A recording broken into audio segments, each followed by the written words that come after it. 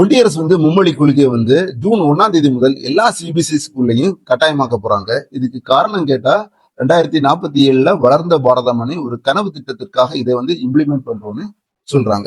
ஆனா 2024-25 நிதியாண்டுல இந்தியாவில் உள்ள சேவை ஏற்றுமதி மட்டுமே $34,000. இது மற்ற ஏற்றுமதியை விட 45% அதிகம். இது எதுல உருவானதுன்னா ஆங்கில திறன் அதிகமா இருக்கனாலதான் இந்த ப்ராஃபிட் இந்தியாவுக்கு கிடைச்சிருக்கலையும், மற்ற ஐடி ஜாப்பை விட ஆங்கில நாலேஜ் அதிகமா இருக்கனாலதான் இந்தியால அதிக வேலை வாய்ப்பு இருக்கணும் உலக வங்கியுடைய அறிக்கை சொல்லுது. அது மட்டும் இல்ல, ஆங்கிலம் அதிகமா பேச தெரிஞ்ச இந்தியர்கள் மற்றவங்களை விட 34% அதிகமா சம்பளம் வாங்குறான்னு இந்த அறிக்கை சொல்லுது.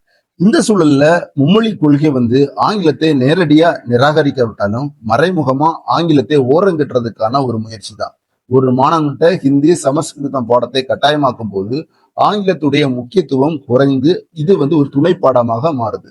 ஏற்கனவே ஆங்கில அறிவு கம்மியா உள்ள வட மாநிலங்கள்ல பீகார், உத்தரப்பிரதேச மாநிலம் அதிகமா இதனால பாதிக்கப்படுது. ஏற்கனவே ஆங்கில அறிவு அதிகமா உள்ள தென்னிந்திய மாணவர்களுக்கும் ஆங்கில அறிவு கம்மியா உள்ள வட மாநிலங்களுக்கும் ஏற்கனவே இடையே ஒரு பொருளாதார இடைவெளி உருவாகும். இதனால ஏழை மாணவர்களுடைய வேலை வாய்ப்பு முன்னேற்றம் மும்மொழி கொள்கையால பாதிக்கப்படும்.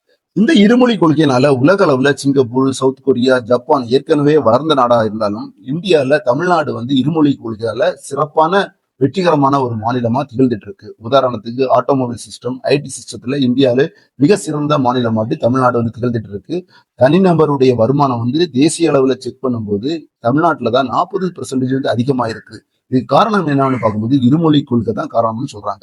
இந்த நேரத்துல மாணவர்களுக்கு 3வது மொழியை கொடுக்கும்போது ஆல்ரெடி அவங்க படிக்கிற மேக்ஸ், சயின்ஸ் உள்ள சப்ஜெக்டுடைய படிக்கிற நேரம் குறையும்.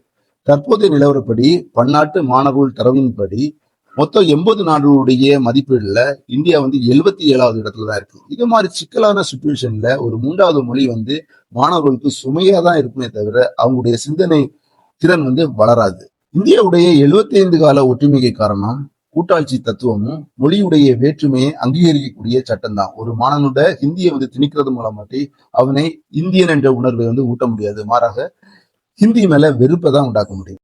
நம்முடைய குழந்தைகளுடைய எதிர்காலம் அவர்கள் எத்தனை மொழிகளை படித்தார்கள் என்பதில் கிடையாது.